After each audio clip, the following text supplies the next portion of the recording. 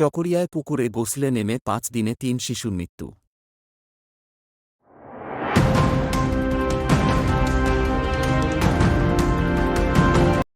কক্সবাজারের চকরিয়ায় গোসল করতে নেমে পুকুরে ডুবে ৫ দিনে ৩ শিশুর মৃত্যু হয়েছে।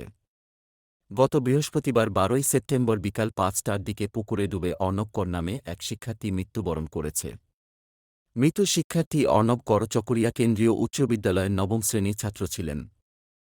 স্থানীয়রা জানায়, তারা কয়েকজন বন্ধু স্কুল থেকে ফেরার পথে উপজেলা পরিষদের পুকুরে গোসল করতে নামেন। এক পর্যায়ে নিখোঁজ হয়ে যায় অর্ণব।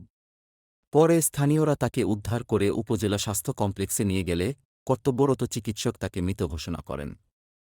নিহত অর্ণব উপজেলার কাকারা ইউনিয়নের অনুকরের ছেলে। তারা দীর্ঘদিন ধরে পৌরসভা ৪ নম্বর ওয়ার্ড ভরামুহুরী এলাকায় ভাড়া বাসায় থাকেন। এদিকে সন্তানকে হারিয়ে মায়ের আহাজারিতে ভারী হয়ে যায় হাসপাতাল এলাকা।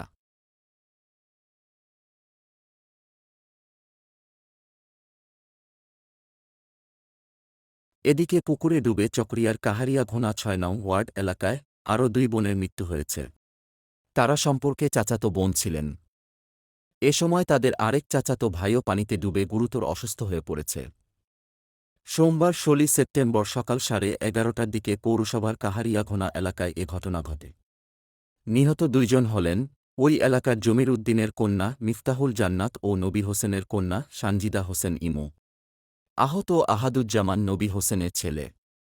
পরিবারের উদ্ধৃতি দিয়ে স্থানীয় বাসিন্দা রফিকুল ইসলাম বলেন, প্রতিদিনের মতো ৩ ভাইবোন মিলে পুকুরে গোসল করতে নামে। এক পর্যায়ে সানজিদা ও তার ছোট ভাই আসাদুজ্জামানকে পুকুরের পানিতে ডুবে যেতে দেখে তাদের বাঁচাতে চাচাতো বোন মিফতাহুল জান্নাত পুকুরে নেমে পড়ে।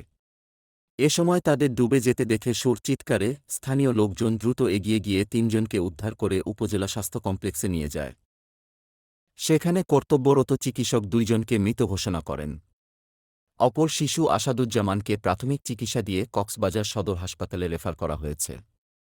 চকরিয়া উপজেলা স্বাস্থ্য কমপ্লেক্সের জরুরি বিভাগের চিকিৎসক মো.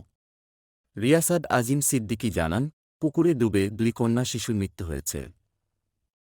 এছাড়া অপর শিশু গুরুতর অসুস্থ হয়ে পড়ে। তাকে প্রাথমিক চিকিৎসা দিয়ে কক্সবাজার সদর হাসপাতালে রেফার করা হয়েছে।